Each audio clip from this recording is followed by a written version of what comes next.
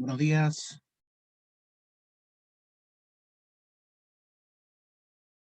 Buen día, profe. Hola. Esto fue lo último que vimos en la última clase. Eh, Aquí hay una proposición de fortificación conociendo la tasa de Wieniawski y conociendo la tasa de Laucher.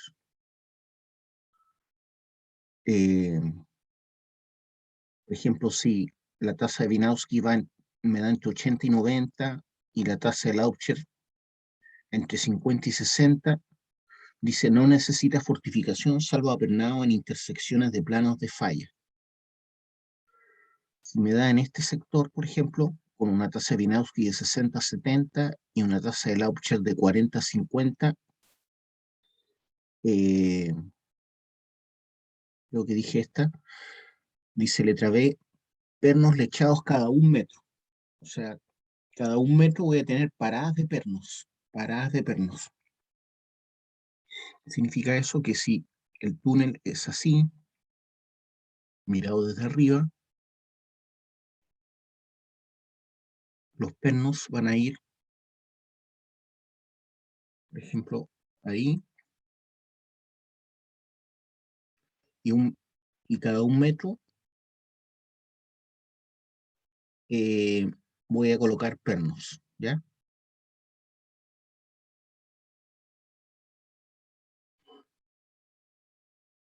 O sea, paradas cada 1 metro voy a colocar pernos.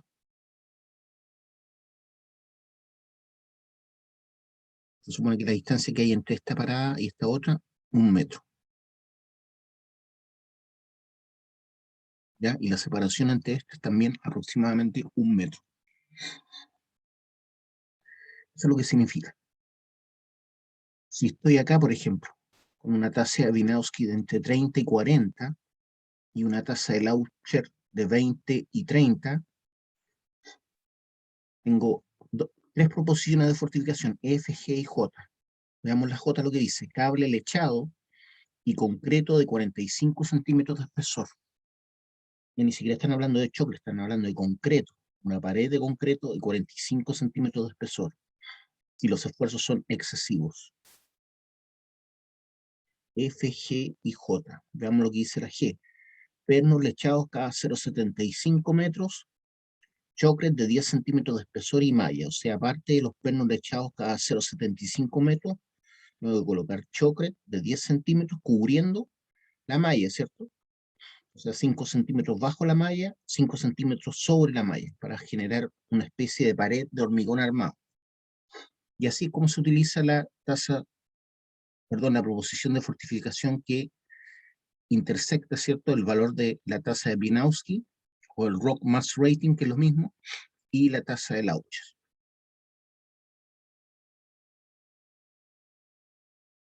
Entonces, lo que hizo Laucher es agregar la calidad, la calidad de la roca es alterada por, agregó estos factores, la erosión, los esfuerzos, influencia del rumbo y manteo, ¿cierto?, de las diaclasas, de las fallas, y el efecto de la tronadura.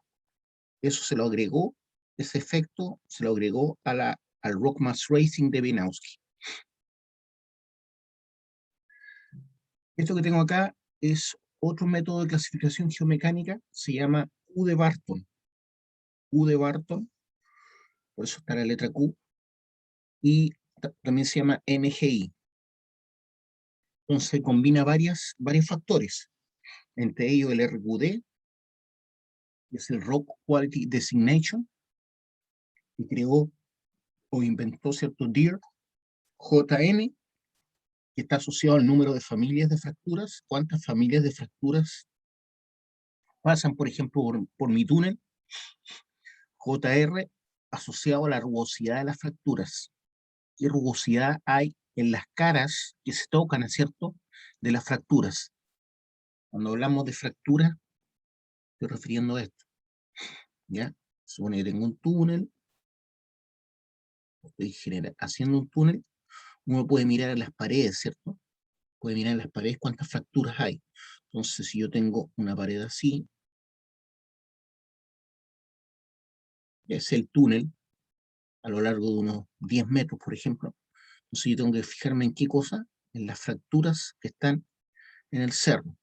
Por ejemplo, pueden haber fracturas sin espacio, sin espaciamiento, otras pueden tener un poco de espacio entre las dos caras. Entonces, cuando habla de rugosidad de la fractura, se supone que yo puedo ver la rugosidad de la fractura o sentirla al introducir mi dedo ahí. JA asociado a la alteración de la fractura. A veces están alteradas por la infiltración de agua, ¿ya? La infiltración de agua lo que hace es alterar el relleno, ¿cierto?, de la fractura. JA asociado a la alteración de la fractura. JW asociado a la presencia de agua en la fractura. A veces claramente están infiltrando agua, ¿ya? Entonces uno ve cómo escurre el agua a través de estas fracturas. O simplemente están húmedas, ya que no es lo mismo que escurra, ¿cierto? Pero lo que sí hace es alterar, la humedad lo que hace es alterar el relleno que existe en las fracturas, la rugosidad que pueda haber. Y JN, como les dije, está asociado al número de fracturas que puedan pasar por determinados metros, ¿ya? Por ejemplo, aquí pasan 3 fracturas por 10 metros de túnel, si es que fueran 10 metros los que estoy hablando. Podrían pasar diaclasas también, ¿ya? Las diaclasas son fracturas paralelas, ¿cierto?, que se cruzan. Entonces, todo este sector está pasando por diaclase. Obviamente, este sector es más complicado, ¿cierto? Por lo tanto, lo más probable es que tenga que poner más fortificación en este sector que en este otro. Entonces hay que tener ojo porque aquí los promedios no sirven mucho, ¿cierto? Yo no puedo sacar el promedio de lo que tengo acá. Aquí esta parte la debo de fortificar y considerar de distinta manera a cómo está esta otra parte.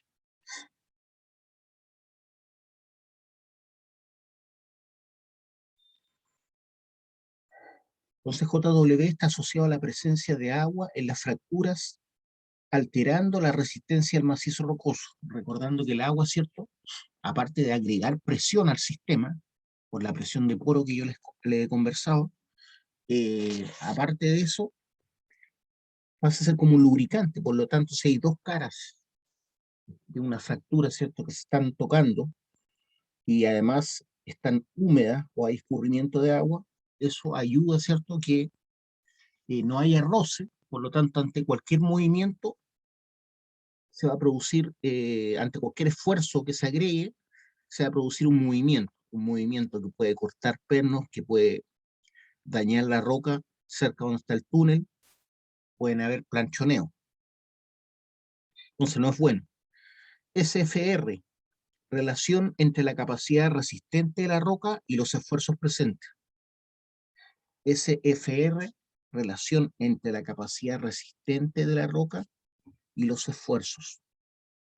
Eso es lo que es el SFR, relación entre la capacidad resistente de la roca y los esfuerzos presentes. Factor de reducción de esfuerzos. Entonces, cuando dice relación entre la capacidad resistente de la roca y los esfuerzos presentes, se tiene que entender que la roca en sí tiende a caer por un lado, pero por otro lado también hay una competencia que ayuda a que no se desprenda tan fácilmente. Entonces hay como una lucha, ¿cierto?, entre la capacidad resistente de la roca y los esfuerzos presentes, que son los esfuerzos inducidos que yo generé al producir el túnel, ¿ya? Entonces cuando hablamos de eso, estamos hablando básicamente de la zona descomprimida, ¿ya? Todo tiene que ver con la zona descomprimida. La zona descomprimida, recuérdense ustedes que es la zona que fue alterada o perturbada, ¿cierto?, por la generación del túnel, ¿ya? Entonces, todo esto que está entre el túnel, eso es hueco, ¿cierto? Todo lo que está entre el túnel y esta línea naranja se llama zona descomprimida. Y esa es la zona que uno tiene que afirmar. Esa es la zona que uno tiene que afirmar, porque esa es la zona que tiende a caer. También todo lo que está fuera de esa zona se llama zona comprimida. Así que voy a poner para que se recuerden. Zona comprimida o no perturbada.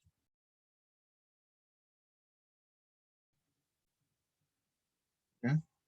La parte interna, zona descomprimida o perturbada. ¿Por qué? Por la excavación. Perturbada por la excavación, ¿ya? Esas son las partes. Entonces la parte que yo sujeto con fortificación siempre es la zona descomprimida o perturbada, ¿ya? ¿Por qué? Porque los demás esfuerzos, como ustedes ya saben, perdón, los demás esfuerzos, como ustedes ya saben, tienden a rodear la excavación.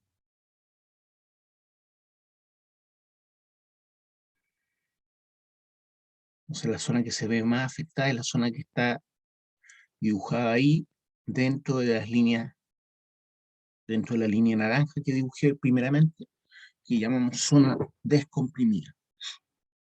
Eso es lo que se sabe hasta el momento, ¿cierto?, acerca del macizo rocoso. Siempre hay cosas nuevas que aprender, ya no tenemos todo el conocimiento. Y si tuviéramos todo el conocimiento de los macizos rocosos, podríamos predecir, ¿cierto?, los terremotos. Pero como hay tantas variables y todavía no tenemos todo el conocimiento, no se pueden predecir los terremotos. Proposición de bueno, sí, de otra proposición de fortificación, utilizando el Q de Barton y lo que es la dimensión equivalente. Proposición de fortificación, Q de Barton y necesidad de fortificación subterránea se relacionan por medio de la dimensión equivalente, ¿ya? Dimensión equivalente definida como, la dimensión equivalente está en metros, y arriba va la luz o el ancho o la altura de la excavación. Entonces se refiere a esto. Este es un túnel, ¿cierto?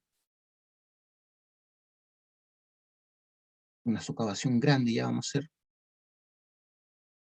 No es el largo el túnel, estoy viendo la frente, ¿ya? Entonces hay una gran distancia entre pilar, esto es un pilar, este otro pilar, que están sosteniendo esto, ¿cierto? Las fuerzas están tratando de hundir esto, las fuerzas del peso. Siempre la roca va a tratar de ocupar las partes huecas que yo generé. Entonces, a esto se le llama luz, ¿ya? Al espacio que hay entre pilares. Por ejemplo, en una sala de clase en la universidad, la luz frente a la pizarra debe ser de más o menos unos 8 metros, 8 metros de luz entre pilar y pilar, ¿ya? Aquí pueden haber 8, 10 metros. Entre más grande sea la luz, más va a tender esto a hundirse, ¿cierto? A partirse acá, porque esto es como una viga, ¿cierto? Y la roca no es flexible, tiende a quebrarse. Entonces la parte donde va a tender a quebrarse va a ser esta, principalmente. Entonces cuando hablamos de luz se refiere a este espacio sin pilares. Los pilares son este y este, ¿cierto? No tengo ningún pilar entre medio. Eso es la luz o el ancho de la excavación. También se puede considerar la altura, ¿ya? Pero en general se refiere al ancho. Partido por ESR. ¿Qué es lo que es ESR? Razón de soporte de la excavación, relacionado con la utilización que se le va a dar y duración de la galería, y el grado de seguridad requerido. Ya no todas las labores tienen el mismo grado de seguridad que yo voy a requerir. Entonces ahí podemos ver esa tabla donde dice ESR, ¿cierto? Voy a agrandar un poco la imagen si puedo. Ya, ahí. Entonces el ESR cuando va de 5 a 3 dice excavación minera provisional. Entonces el ESR que va abajo, ¿cierto? En el denominador de la dimensión equivalente, la fórmula que está arriba, ¿cierto? El ESR cuando la excavación minera es provisional, puedo poner un valor de 5 a 3. Cuando la excavación minera es permanente, o sea, tiene que durar, túnel de exploración, por ejemplo, galerías, acueductos para plantas hidroeléctricas, el ESR vale 1,6. Cuando la excavación o cámara perdón, cuando la excavación es una cámara de almacenamiento, por ejemplo, de explosivos, planta de tratamiento de agua, el ESR, este que va acá abajo, vale 1,3. Entonces, entre más pequeño es el ESR, hay un mayor factor de seguridad que se está considerando. Número 1 dice, cuando la casa se refiere al espacio donde están las máquinas, por ejemplo, de una hidroeléctrica bajo tierra, dice casa de máquinas, túnel mayor para carretera, por ejemplo, estos túneles que cruzan para ir a Santiago, ¿ah? Como el túnel Zapata, ¿cómo se llama el otro túnel que siempre se me olvida? El que está un poco antes de llegar a Santiago, no me recuerdo el nombre en este momento. Túnel mayor para carretera, que tiene una pista de ida y otra de vuelta, por ejemplo, está hecho con un ESR igual a 1. El ESR igual a 1 es para casa de máquinas, túnel mayor para carretera y ferrocarril. Por ejemplo, para un refugio de defensa civil, ante, no sé, pues ustedes saben que hay refugios en lugares donde hay tornados, pueden haber refugios en zonas de guerra, ¿ya? Entonces están hechos con un ESR factor 1. O sea, aquí abajo va un 1 en la fórmula de dimensión equivalente. 0,8 el ESR para una planta termonuclear, a eso se refiere con núcleo eléctrica, planta termonuclear subterránea, una planta termonuclear subterránea y locales públicos, fábricas que están bajo tierra, tienen que tener un ESR igual a 0,8. 0,8. Ese sería el valor que va aquí abajo. Entonces la dimensión equivalente va a ser el ancho que va a tener la labor, partido por el ESR que está en función de cuál va a ser el uso que se le va a dar a la excavación. Es una excavación minera provisional, es una excavación minera permanente, es una cámara de almacenamiento, una casa de máquinas o túnel mayor, o una planta termonuclear, o una planta nuclear, ¿cierto?, bajo tierra. Voy a explicar ahora. Ahí tengo un gráfico, ¿cierto?, que abajo me muestra, perdón, arriba, las ordenadas está la dimensión equivalente, que va de 0,1 a 50, 0,150, la voy a agrandar también. Por aquí tengo la dimensión equivalente, que va de 0 a 50, aquí está el 1, el 10 y el 50, y aquí abajo está el 0,001 respecto al Q de Barton. 0,01 Q de Barton, 0,1, 1, 10, 100. Este es el Q de Barton, ¿ya? Y acá hasta 1000 llega. Y ahí hay una gráfica, una línea, ¿cierto?, que divide la zona con fortificación requerida y una zona con fortificación innecesaria.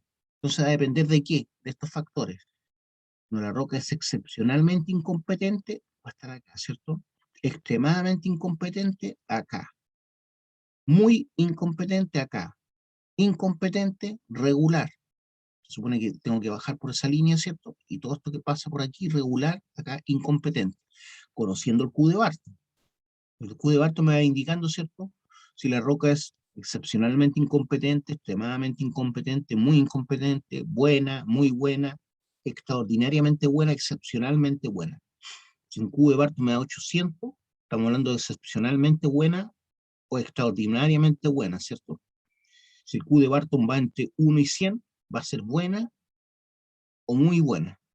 Si va entre 1 y 10, el 1, ¿cierto? Se nota mucho el punto, pero es un 1, y el 10 va a ser una roca incompetente o regular, si se acerca al 10. ¿Ya? Así se maneja esa tabla. Y abajo dice roca de calidad extremadamente pobre. ¿Cuándo? Cuando el Q de Barton es mayor o igual a 0,01. Entre 0,01 y 0,1.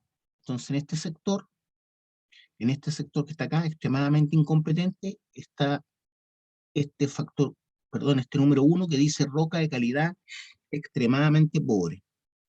Entonces varía entre el 0,01, el Q de Barton, y el 0,1. ¿Ya? Entonces, para ese tipo de roca,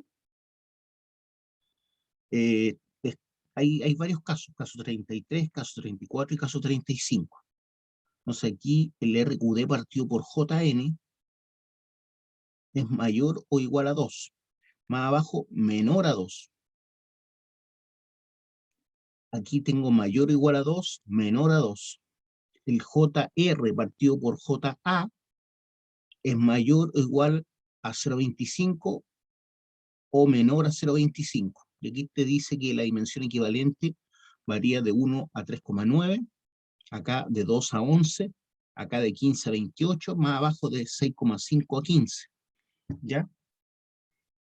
Y ahí está la fortificación recomendada, que no es muy clara para mí ya. No sé lo que significa TG, MR. Estaba tratando de averiguar, pero no me queda claro. Así que prefiero no pasar esta parte, pero aquí se pone la fortificación recomendada. Esto me imagino que es Chocret, 5 a 10 centímetros, 15 a 25 centímetros, 7,5 a 15 centímetros, me imagino que es el Chocret. Esto tiene que ver seguramente con el largo del perno, 1 metro más S, me imagino que ese es el espaciamiento, pero no me queda muy claro, por lo tanto, eso es lo que alcanzo a entender al verlo. Voy a checar la imagen. Importante que aquí hay una fortificación recomendada para la roca de calidad extremadamente pobre, donde el Q de Barton varía de 0,01 hasta 0,1. ¿Ya? Aquí esta área que está sobre esta recta es fortificación requerida. Y aquí abajo, fortificación innecesaria. O sea, cualquier punto que esté aquí es fortificación innecesaria, intersectando el Q de Barton y la dimensión equivalente. Entonces tengo, por ejemplo, un Q de Barton de 10 y una dimensión equivalente de 10, fortificación requerida. Si estoy en 1 metro, ¿cierto? Obviamente fortificación innecesaria. Estamos hablando de un espacio, de un túnel, aquí abajo, ¿cierto? De 1 metro.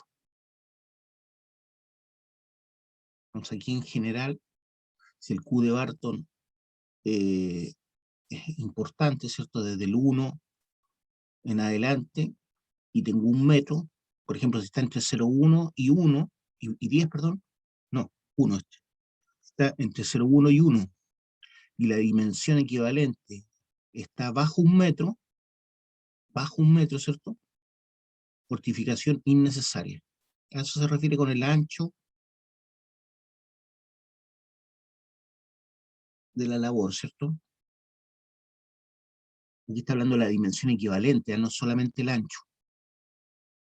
Ahí cuando habla de la dimensión equivalente, estamos hablando de la fórmula, que está en función, sí, del ancho. ¿Ya? Pero hay que calcular, hacer el cálculo de la dimensión equivalente para utilizarla acá. Por eso dice que varía entre 0,1 y 50. Yo estaba recién mostrando una labor de 1 metro, es un error. Lo que estoy diciendo es que hay que utilizar la dimensión equivalente. ¿Ya? ¿Alguna duda, alguna pregunta que me quieran hacer?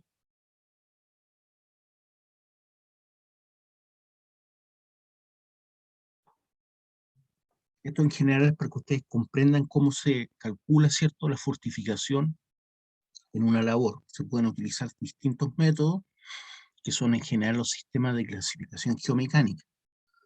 ¿Ya? Entonces esta parte que va de 0,1 a 50 se refiere a la dimensión equivalente. Ahí dice dimensión equivalente. Yo recién les mostré un túnel, ¿cierto?, de 1 metro, pero no es exactamente eso la dimensión equivalente. ¿Ya? Pero está en función, sí, de ese ancho, ¿cierto? De qué espacio hay entre pilar y pilar. Este vendría siendo un pilar, este otro pilar. Sí está en función de, y es proporcional a ese espacio que voy dejando. Ahí está la fórmula, ¿ves? Luz o ancho de la excavación partido por el ESR. El ESR va a depender de la duración o de la importancia de la excavación subterránea. Elementos de fortificación. Los derrumbes no son permitidos. salvo si corresponden al método de explotación. Ustedes saben que en el panel caving y el block caving y el sublevel caving, lo que yo hago es generar el hundimiento del macizo rocoso. Por lo tanto, ahí obviamente está permitido los derrumbes, pero esos derrumbes no se producen con personas dentro, ¿ya? Ojo con eso. Un derrumbe nunca debe permitirse con personas o equipos dentro. En la definición de la fortificación a emplearse debe considerarse a lo menos los siguientes aspectos: parámetros geológicos y geotécnicos, esfuerzos actuantes, comportamiento de la roca, uso y duración de las labores mineras, experiencia del diseñador.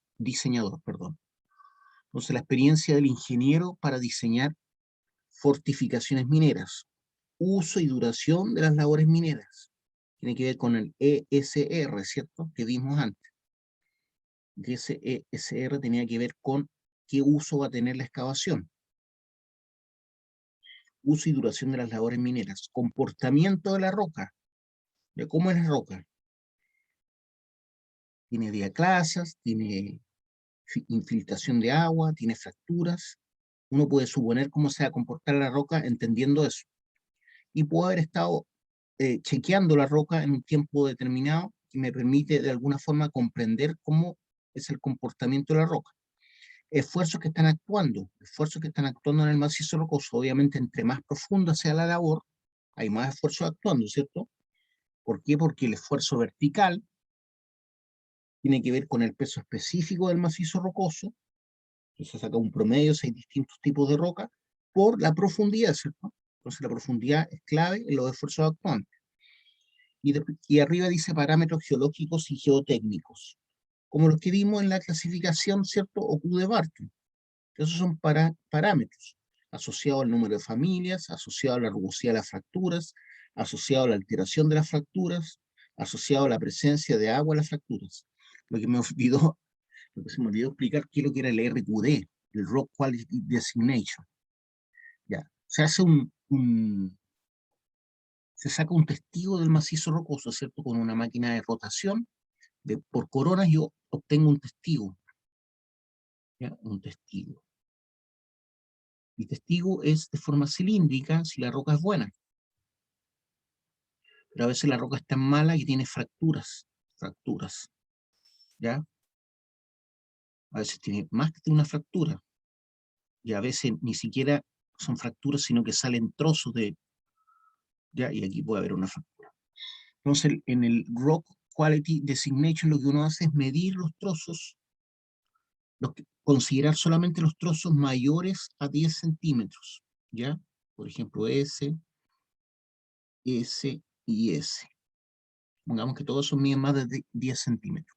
Imaginemos que este mide 10 justo, este mide 12, y este mide 11, ¿ya? Un ejemplo solamente. Aquí no hay ningún trozo mayor a 10 centímetros, por lo tanto esta parte no se considera en el Rock Quality Designation. ¿Qué es lo que dice el Rock Quality Designation, o el RQD? Dice que debo sumar los trozos mayores a 10 centímetros, sumarlos, por lo tanto es la sumatoria de los trozos, ¿cierto?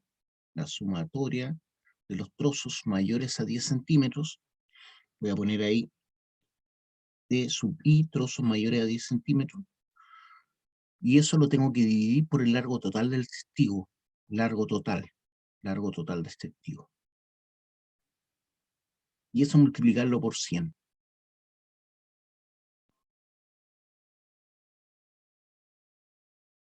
Y eso multiplicarlo por 100, que va de 0 a 100%. Entonces, al multiplicarlo por 100 me da un porcentaje, ¿cierto? Entonces, imaginemos que acá tengo esos trozos nomás. Entonces, aquí tengo 22 más 1, 23, 33. Entonces, voy a tener un valor de 33 centímetros, ¿cierto? Partido por el largo total. Imaginemos que este largo que está acá son 20, donde no hay trozos, ¿ya? Entonces tengo 33 partido por 53 centímetros. Ya estoy considerando ese testigo. ¿Cuánto me diría el testigo total? Eso, 53. Y eso por 100. Los testigos son mayores, ¿eh? Esto es un ejemplo nomás. Los testigos son de 1 metro, 1,5 metros. Entonces, ¿cuánto nos daría el RQD o el Rock Quality Designation al usar estos valores que tenemos ahí en la pizarra? Son 33 entonces dividido por 53. Eso me da 0,62 por 100. Me da un Rock Quality Designation de un 62%. ¿Ya? Entonces, obviamente, entre más fracturas, entre más dañado esté el testigo, menor va a ser el valor de RQD, ¿cierto? Menor va a ser el valor de RQD. Entonces, esas fracturas de alguna forma me definen la calidad del macizo rocoso, ¿ya? Eso es el RQD, ¿ya? Que no se lo había explicado. ¿Alguna pregunta de eso?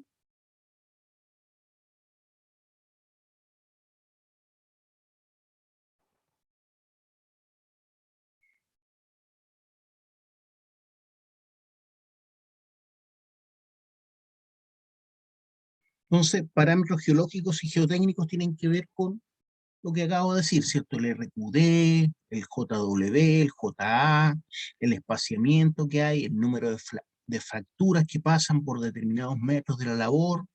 A veces se considera, por ejemplo, las fracturas que están en la frente. ¿Cuántas fracturas están en la frente? Significa que las tengo sobre mí, ¿cierto? Esas fracturas. Si están en la frente es porque pasan por el techo. Todos esos son factores geológicos y geotécnicos. Fortificación con madera. Bueno, esta es la fortificación más antigua que existe, ¿cierto? La fortificación con madera.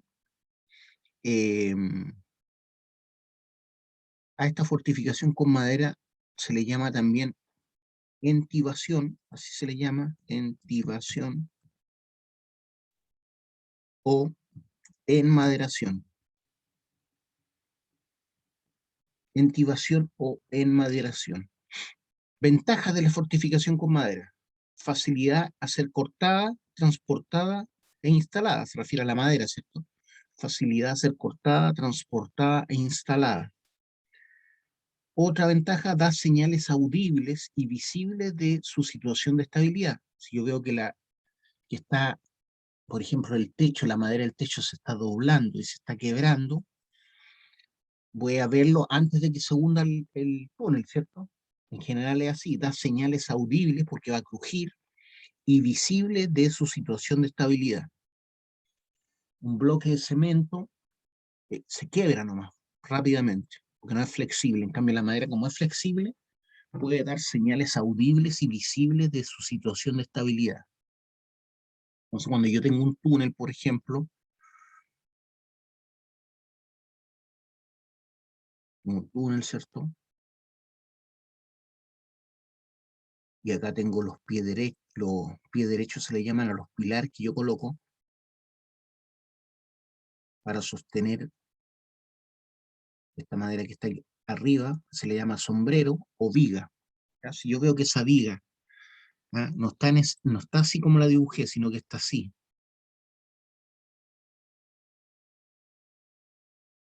media curva, y aquí como que se está desgarrando un poco. Obviamente sé que hay una gran presión acá que está tendiendo a ceder, ¿cierto? Entonces, ¿qué hago ahí? Por eso dice da señales audibles y visibles. Lo primero que debo hacer, por ejemplo, es colocar acá un mono que le llaman, que es otro pilar. Coloco ahí. Coloco otro pilar ahí en esa zona para evitar que se siga hundiendo, ¿cierto? ¿Ya? Eso se le llama mono. Es un pilar que yo acomodé para evitar que esto se siga hundiendo. Pongo la madera primero y estas maderas de abajo las voy acuñando, metiendo así como cuñas. Pues meto otra así, ¿cierto? Y ahí encima va el mono, ¿ya? Primero se pone el mono y de a poco voy metiendo cuñas por arriba y por abajo para dejarla firme, ¿ya? Que esté produciendo presión. Desventajas, entonces, desventajas de la enmaderación o entibación.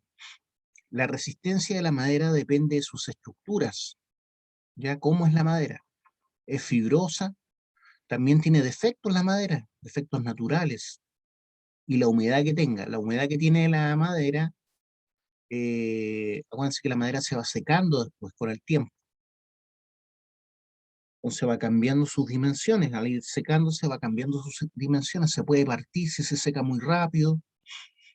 Baja resistencia a los empujes de la roca. En general la madera tiene baja resistencia a los empujes de la roca. A la compresión entonces. A la compresión, especialmente cuando la viga está como la anterior, ¿cierto? Entonces, si una viga de madera está así, en el techo, obviamente puede sostener algo, pero en general no es mucha la resistencia, no se puede comparar esa resistencia con la que genera un marco de acero, por ejemplo, o unos pernos, ¿ya? Tiene baja resistencia a los empujes que pueda generar la roca, ¿ya? De que hay rocas que están tendiendo a caer, que están empujando, en general tiene baja resistencia.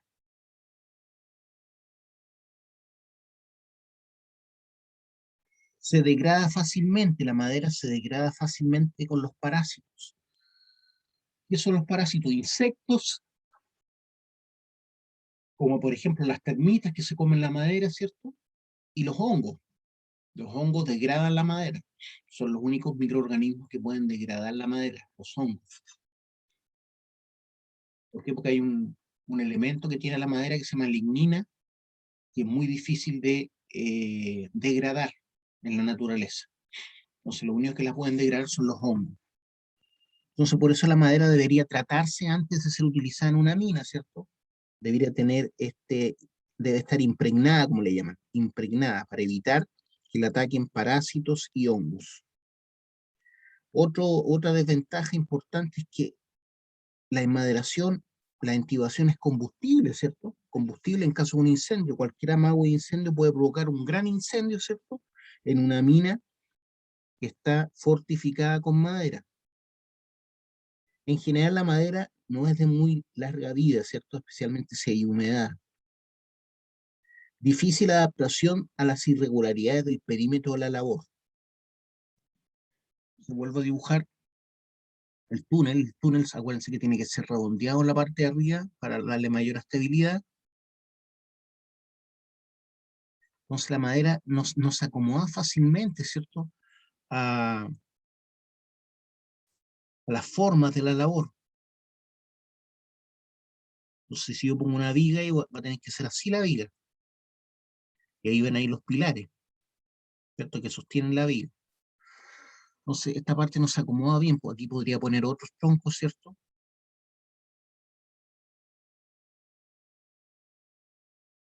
Para tratar de sujetar las partes más de arriba. Por eso dice difícil adaptación a las irregularidades del perímetro de la labor. ¿Por qué? Porque no es curva en general la madera, ¿cierto? Y aparte de eso, disminuye el espacio útil de la galería. Al colocar esas vigas yo, y esos palos que están tratando de sujetar la parte alta, más estos pies derechos, a esta estructura se le llama pie derecho, los pilares. Da lo mismo si está a la derecha o a la izquierda, se les llama pie derecho. Le quitan espacio a la labor, ¿cierto? Y estos espacios van, piensen ustedes que la labor, si la miro de arriba, el túnel desde arriba, entonces yo voy a tener pie derechos ahí, pie derecho ahí, más la viga, ¿cierto? Encima. Yo, no sé, por cada 2 metros, por ejemplo, un marco de madera. Entonces voy a tener pie derecho,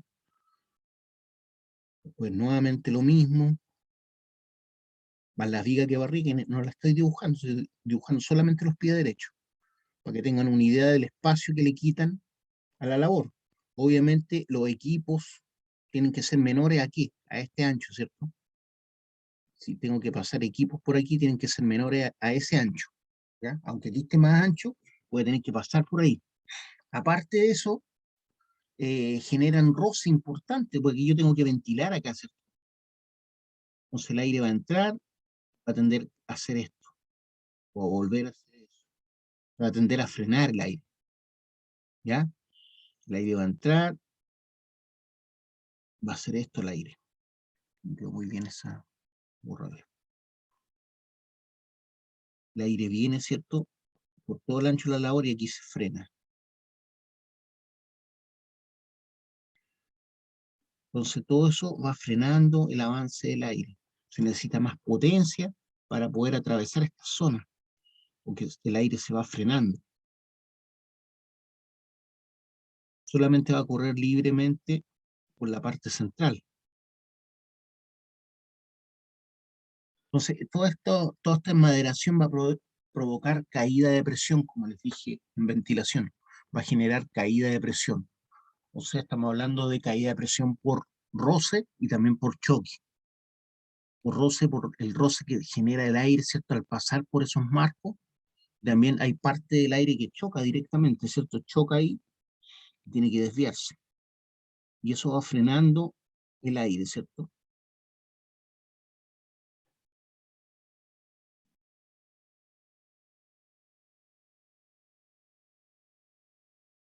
¿Ya? Por lo tanto, voy a necesitar un ventilador de mayor potencia, motores de mayor potencia para que el aire pueda pasar por las labores con enmaderación.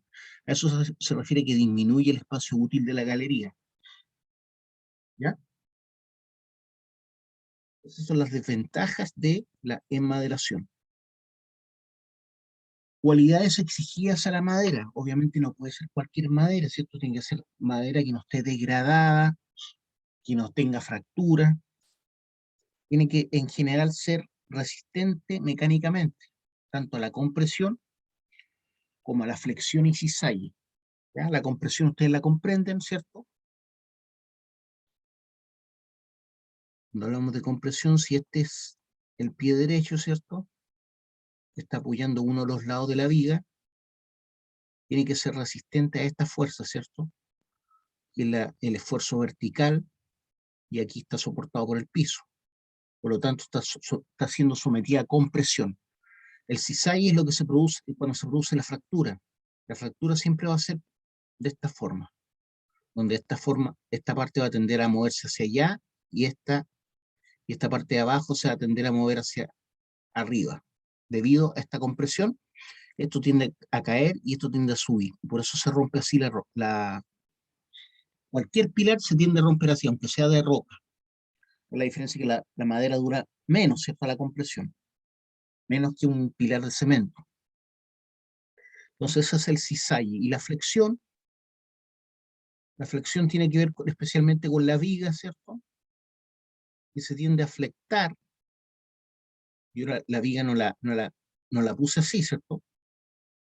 Se tiende a flectar. Ahí estoy exagerando la flexión. Voy a hacerla de nuevo. La viga se tiende a flectar. Estos son los pilares, ¿cierto? O los pies derechos. Por la fuerza que está cargando la viga, ¿cierto? Que es la roca descomprimida. Y puede llegar a fallar incluso esto. La falla parte aquí, parte en la parte que está siendo sometida a tracción. Esta parte, si se dan cuenta, la parte baja de la viga se está traccionando. Y esta parte de arriba se está comprimiendo debido a la flexión. Entonces, en una misma viga tengo compresión y tracción. Acá, bajo la línea de centro de esta viga, se produce tracción, y sobre la línea de centro, voy a dibujar al medio la línea de centro de la viga, sobre la línea de centro, ahí me pasé más abajo, se produce compresión en las fibras. Abajo se está produciendo tracción y arriba se está provocando compresión. ¿Entienden, chiquillos? ¿Chiquillas? ¿Están entendiendo?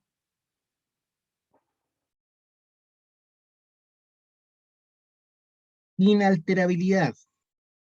Lo ideal es que la madera sea inalterable, ¿cierto? Para mantenerse activa por el tiempo en que estará en actividad la labor minera. Pero sabemos que eso no es eterno, ¿cierto? Puede estar inalterable la madera por un tiempo solamente.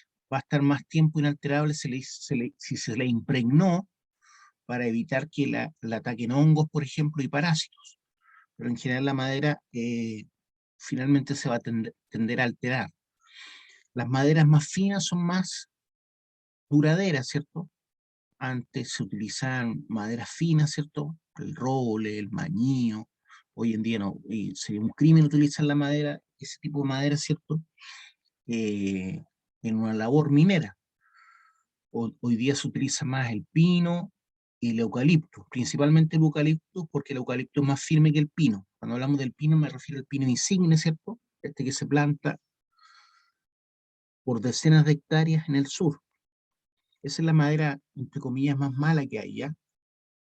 Dentro de las maderas baratas, es como la más barata, pues justamente porque no es tan buena su resistencia. Es mejor el eucaliptus. Entonces, en general, en las minas que todavía utilizan en maderación, en activación, se utiliza eucaliptus. Eucaliptus. Aptitud de continuidad. Al comenzar la ruptura debe continuar sosteniendo el terreno. Ya dijimos que avisa, ¿cierto? Avisa, si la viga se está rompiendo, no se rompe al tiro, ¿ya? A eso se refiere con aptitud de continuidad. Al comenzar la ruptura debe continuar sosteniendo el terreno, no debe romperse al tiro, perdón. Eso significa que la madera debe ser flexible, ¿ya? Esas son las cualidades que se exigen en la madera. Abajo tenemos algunas anomalías que se muestran. En la letra A dice grietas que pueden tener los troncos, ¿cierto? Van a afectar la aptitud de continuidad, la resistencia mecánica de la madera. Ahí abajo tengo una, ¿qué es lo que dice? Una madera, ¿cierto? Que está curva, que viene de forma natural así. Y al lado tengo grietas interiores que están justo en el centro. Entonces, si esta viga yo la tiendo a comprimir, imaginemos que está de, de sombrero o de viga que está sobre el techo, esta va a tender a seguir fracturándose, ¿ya? ¿Por qué? Por esas grietas interiores que tiene la madera. Entonces, lo ideal es que no tenga estas anomalías la madera al colocarla en la mina. Pero a veces no se puede evitar eso, ¿cierto? Porque la madera no es perfecta. Entonces, tengo que tener cuidado en la elección de los troncos de la madera que voy a utilizar. Aquí hay otras anomalías, ¿cierto? Capas no concéntricas. Supone que este centro debería estar al medio. Y aquí vemos que el centro está más bien cargado hacia un lado. Entonces esta zona va a ser más frágil que esta que está acá. Esta zona va a ser más frágil que esta que está acá. Los nudos, esos nudos que son ramas que salían por ahí, ¿cierto? Y que las cortaron. Esos nudos se forman porque eran ramas que habían ahí, ¿cierto? En el tronco cuando lo cortaron. Eso lo cortan, ¿cierto? Y queda ese nudo. Ese nudo también es un- una debilidad que se va a generar en ese tronco. Un tronco con nudos no va a resistir lo mismo que un tronco sin nudos, ¿ya? Ese es un problema. Y si las fibras están inclinadas y no están derechas, porque la idea es que el tronco, ¿cierto? La idea es que el tronco, si es así, aparte de no tener nudos, lo ideal es que tenga las fibras paralelas, ¿cierto? Paralelas a el largo del tronco. Aquí las fibras no están paralelas, ¿se dan cuenta? Están inclinadas. Por lo tanto, esto va a tender a romperse de esta manera, ¿cierto? Va a tender a romperse de esta manera, sobre todo si está siendo sometida a compresión.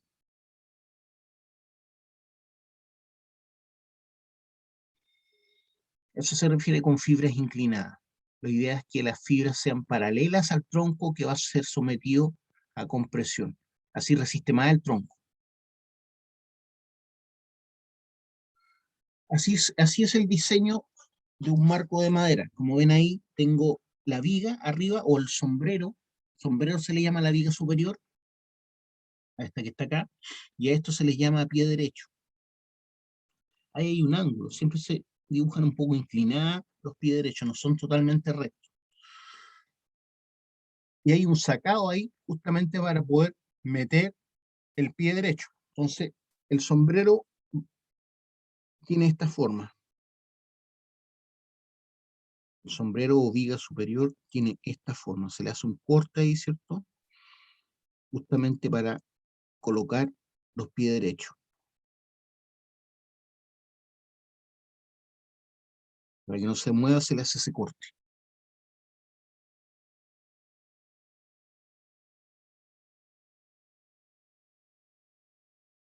¿Ya? Eso es lo que se pretende mostrar ahí.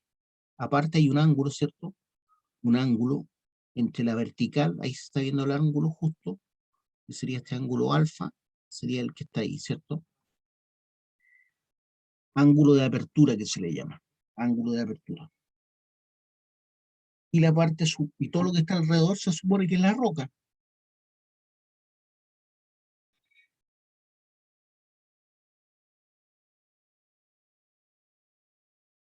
A esa unión se le llama unión patente, la que dibujamos antes, unión patente entre la viga y el pilar. La viga es la parte superior, también se le llama sombrero, sombrero o sombrerete, sombrero o sombrerete. Y a los pilares se le llama pie derecho, acuérdense. Esto que está acá es la viga o sombrero y esto se le llama pie derecho. Ya voy a poner el nombre para que no se le olvide. O sea, esto que está acá se le llama pie derecho, independiente de donde vaya, y esto que está acá se le llama viga o sombrero.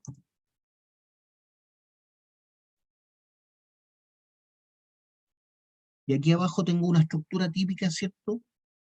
De marcos de madera. Una estructura típica de marcos de madera. No sé si se dan cuenta el espacio que hay entre marco de madera, aquí hay un marco de madera, no está dibujado todo para que uno pueda ver a través, ¿ya? Se supone que este marco que está acá es igual que este, que está completo. Aquí falta el pie derecho y el otro pie derecho al otro lado, ¿ya? Y ahí pusieron un mono entre medio, un mono, solamente para efecto de entender cómo va, y se supone que ahí se está haciendo fracturar la roca, ¿cierto? Por eso pusieron un mono. Está cediendo perdón, la viga está cediendo ahí, por eso le pusieron un mono. Aquí pueden estar cediendo esta zona, entonces pusieron una viga cruzada. ¿Ya? Ahí está el sombrero, entonces aquí va el pie derecho, ahí pusieron otro mono. Los palos que van paralelo a la labor, las maderas que van paralelas a la labor, entre marco y marco, se les llama tirantes, tirantes, tirantes media luna. ¿Por qué? Porque son maderas de perfil, son de esta forma, ¿ya? O sea, es como medio tronco que va ahí. A eso se le llama tirantes media luna. Entonces, esos van clavados, ¿cierto?, entre marco y marco, para mantener estructuralmente los marcos sin que se muevan mucho y para evitar que caiga, que se introduzcan rocas por los lados, ¿cierto? También sirve para eso. Tirantes media luna, sombrero, pie derecho, pie derecho. Aquí también van los pies derechos, no los dibujaron para ver cómo va el resto, ¿ya? Aquí le pusieron, a esta madera le pusieron tapa para evitar que se flecten los tirantes, pusieron una tapa y para evitar que caiga material, porque se entiende que está cediendo esa zona debido a la presión. Lo mismo acá. Entonces pusieron dos tapas y una especie de viga, ¿ya? Una especie de viga, para evitar justamente que siga cediendo eso. Cumple la misma función que este mono, cumple la misma función que este mono, que también le llaman estemple, estemple. ¿Ya? Ese mono es para evitar que el sombrero de arriba siga cediendo. Así es como es la enmaderación o entibación.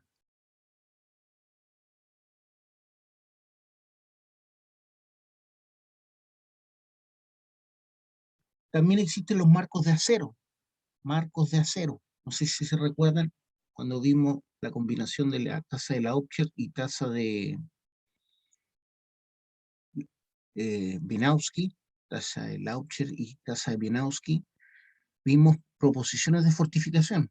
Y dentro de ellas, por ejemplo, dice en la letra I, o sea, ahí, pernos lechados cada 0,75 metros, chocles de 10 centímetros de espesor y marcos de acero cedentes, ¿ya? Entonces, existen marcos cedentes, marcos de acero. Cedente significa que puedan resistir una pequeña flexión, ¿ya? Debido a la presión del macizo rocoso. Entonces, ahora lo que vamos a ver son los marcos de acero. Ahí vemos un túnel, ¿cierto? Que tiene marcos de acero más o menos cada 3 metros. Entre ese marco y ese marco hay como 3 metros. Marcos de acero.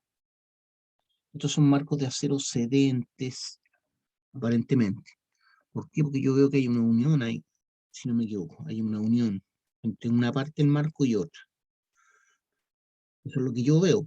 No sé si será tal cual como lo estoy viendo, o será una de estas enganches que hay para mantener el marco firme. Pero da la idea como que hay una unión ahí. Y aquí la otra unión debe estar por acá, ¿cierto? O puede que sea un marco fijo, ¿cierto? Que no sea cedente. Hay marcos que no tienen uniones, esos son los no cedentes, ¿ya? Los marcos cedentes son los que tienen uniones, una mayor flexibilidad. Entonces tengo marcos de acero, como les dije. Cuando se colocan marcos de acero significa que la roca es muy mala, ¿cierto? Y también vemos tirantes, ¿cierto? Esos tirantes se supone que van entre las vigas, ¿ya? Como ese que está ahí, como ese que está ahí. Entonces, estos marcos son de perfil I, de perfil I. ¿Qué significa eso? Si yo hago un corte ahí y miro después de ese corte, el marco es de esta manera, miren. El marco es como, tiene un perfil tipo I.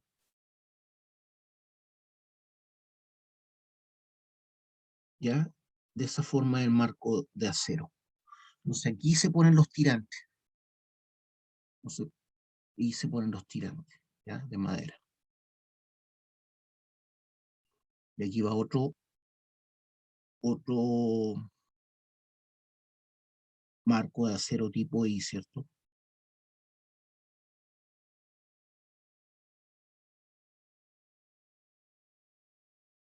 O sea, así van los tirantes, ¿ya? Se colocan madera de esta manera. No se quedan firmes, por un lado las maderas, vendrían siendo estas maderas que están ahí, ¿ya? No todas están puestas ahí, estas sí. Hay otras que están por detrás, ¿ya? Y esas maderas sirven para evitar que los marcos se tiendan a doblar, ¿cierto? Que un marco se vaya así y este otro marco quede quieto, ¿ya? Entonces los tirantes ayudan a que no se produzca esa inclinación de los marcos, porque los marcos lo que están sosteniendo es esfuerzos verticales más que nada, ¿cierto? Y aquí horizontales, pero esos esfuerzos pueden hacer que se inclinen de repente por el movimiento. Entonces la idea es que el marco no se vaya a caer. Para eso son los tirantes. Acá arriba van los servicios a la minería. Los servicios a la minería. Entonces, por un lado puede haber agua industrial, por el otro lado puede haber aire comprimido. Agua industrial, por ejemplo, aire comprimido, y este puede ser la ventilación, una manga de ventilación que va ahí. Manga de ventilación, aire comprimido, agua industrial, y pueden haber cableríos también que van por el techo. Siempre se colocan por el techo para evitar quitarle espacio al ancho, ¿ya? Para evitar quitarle el paso al ancho. Aquí hay mucha humedad, por eso los marcos se oxidan también, ¿ya? Se ve ahí que está que un túnel muy húmedo. Entonces los marcos de acero están constituidos por lo menos dos secciones de perfiles de fierro formando una estructura metálica para soportar grandes esfuerzos y rocas inestables de gran tamaño que ejerzan empujes severos sobre las galerías. Entonces los marcos de acero están hechos para soportar grandes esfuerzos y rocas inestables de gran tamaño que ejerzan empuje severo sobre la galería.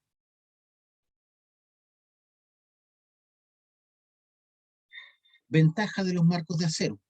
Soportan altas solicitaciones y deformaciones.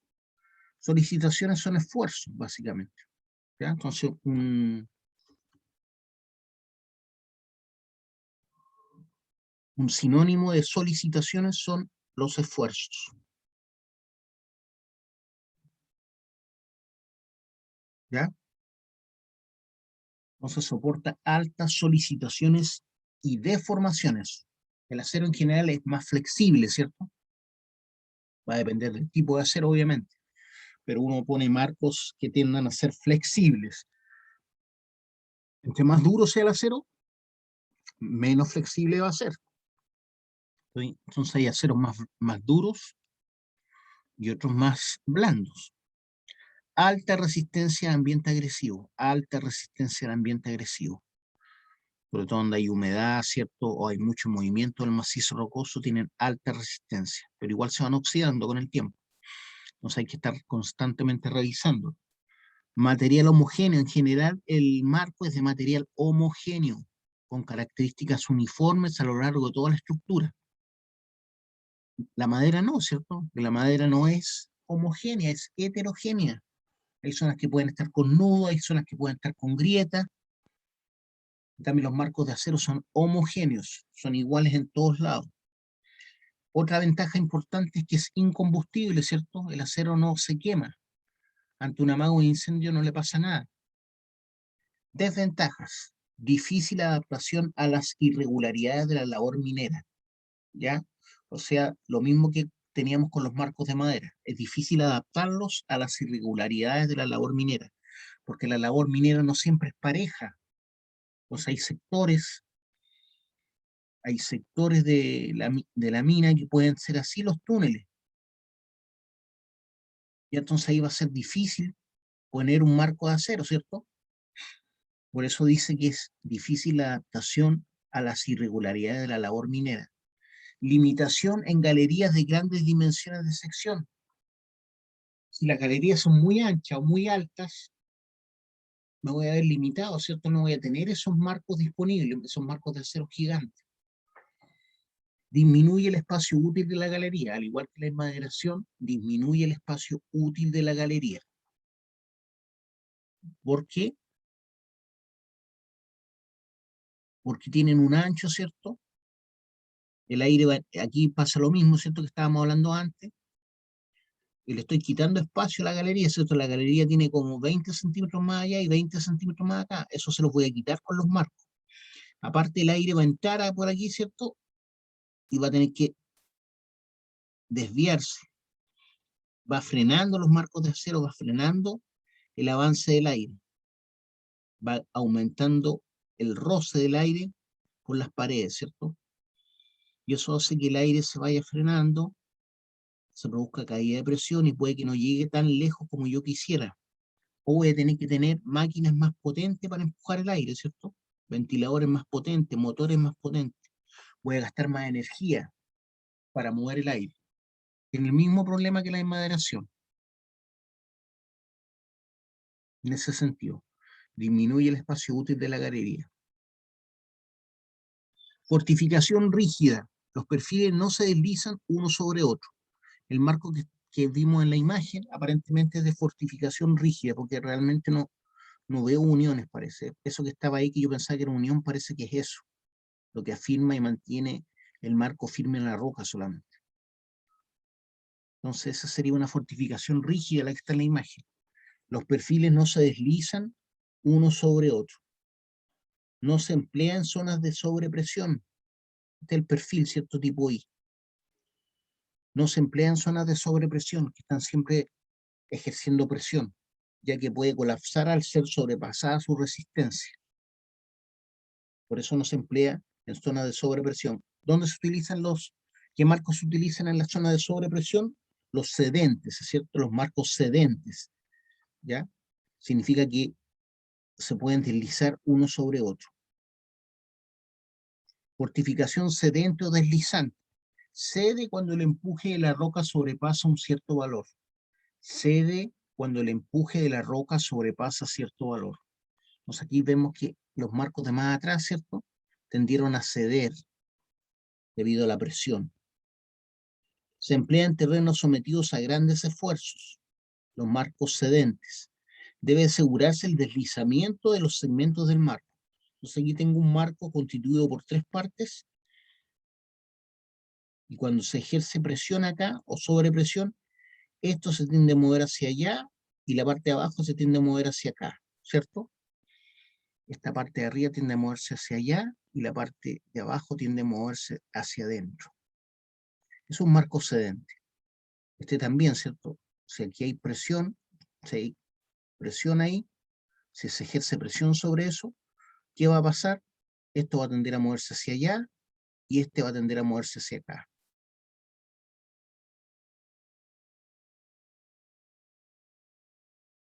A eso se refiere. Debe asegurarse el deslizamiento de los segmentos del marco.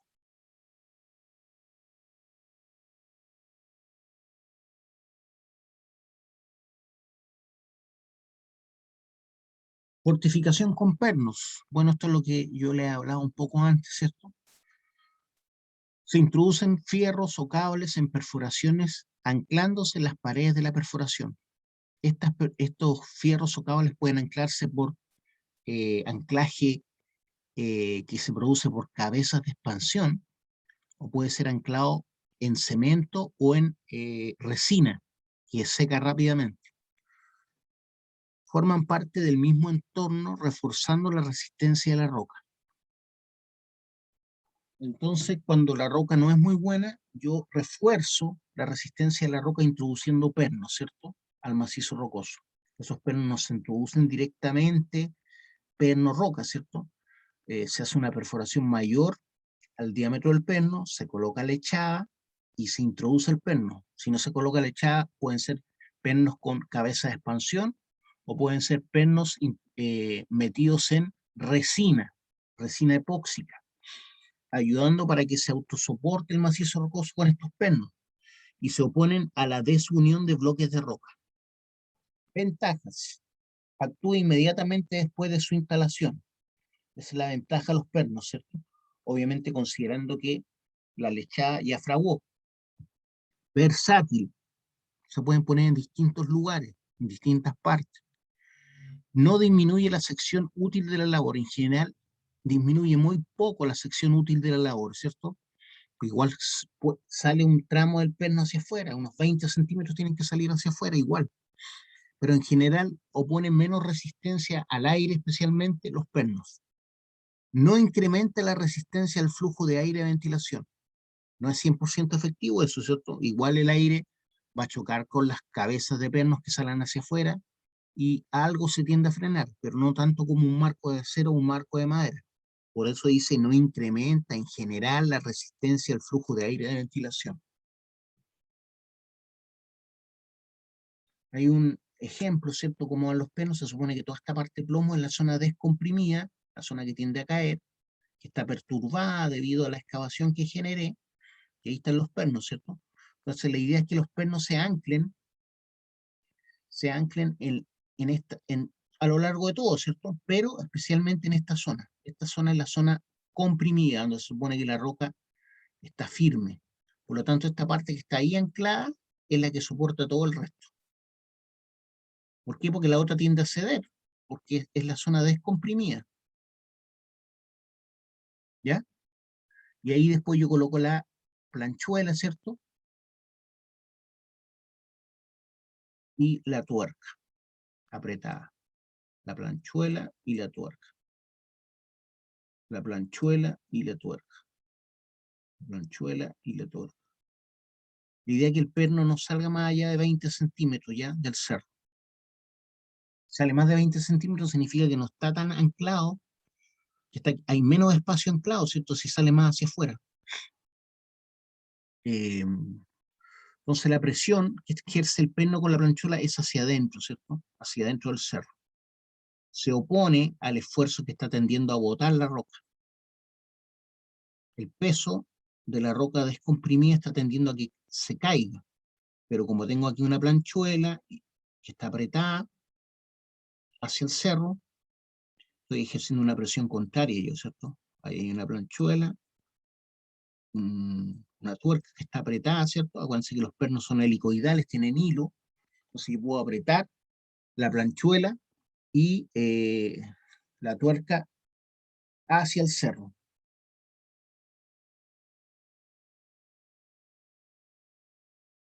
Pernos de anclaje puntual se tensan luego del anclaje, quedando activo inmediatamente, forman una viga de presión alrededor de la labor. Forman una viga de presión alrededor de la labor. ¿Ya? Entonces, se supone que este perno que está ahí, ese perno que está ahí, está actuando sobre toda esa zona, ¿cierto? Este otro perno está actuando sobre la otra mitad. Este perno que está ahí está actuando sobre toda la mitad entre un perno y otro, ¿cierto? Ese perno que está ahí se supone que está soportando toda esta área. Dice que forma una viga de presión. ¿Por qué? Porque el perno está ejerciendo presión hacia allá, ¿cierto? Y la roca está tendiendo a caer hacia abajo. Entonces se opone a esa caída. Este otro perno también ejerce hasta la mitad, ¿cierto? Entre un perno y otro. Entonces está ejerciendo, está sosteniendo, se supone, toda esta roca. Se reparten el peso de mitad a mitad, ¿cierto? Este perno está soportando la mitad del lado derecho y la mitad del lado izquierdo.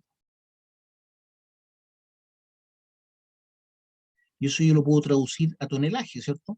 Porque es como un cilindro de roca que tiene una densidad y como es un cilindro y tiene una densidad, yo puedo calcular el peso que está ejerciendo, conociendo la densidad del macizo rocoso. También existen pernos de anclaje mecánico, que son los de cabeza de expansión, que es este que está acá. Yo al apretar esto va a entrar ahí y esto se va a ananchar, la cabeza se expande hacia afuera y queda anclado en la roca. Esos son los pernos de anclaje mecánico.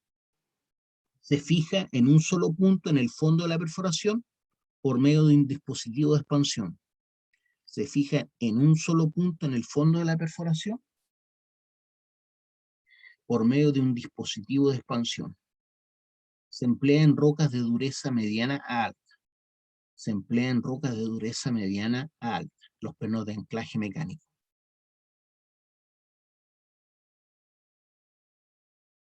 Ya, chiquillos, por hoy lo vamos a dejar hasta acá. No sé si tienen alguna otra duda, alguna pregunta.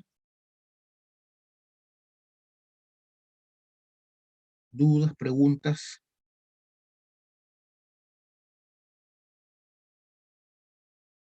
Nos estamos viendo No, entonces. ya, profe, que esté bien, cuídese. Chao, igualmente. Chao, profe, que esté bien. Gracias.